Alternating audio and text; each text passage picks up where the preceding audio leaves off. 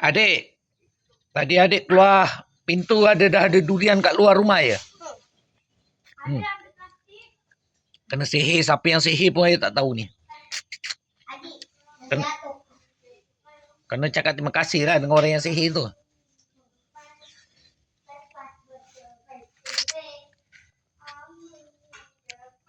Itu pun dah banyak. Orang bagi, alhamdulillah. Musuh jangan dicari, rezeki jangan ditolak. Kita tak buat masalah. Tapi insyaAllah kita pun tak takut dengan masalah. Itulah. Ini semua rezeki. Kita pergi tangkap jin, orang hantar durian pula. Apapun terima kasih lah ya.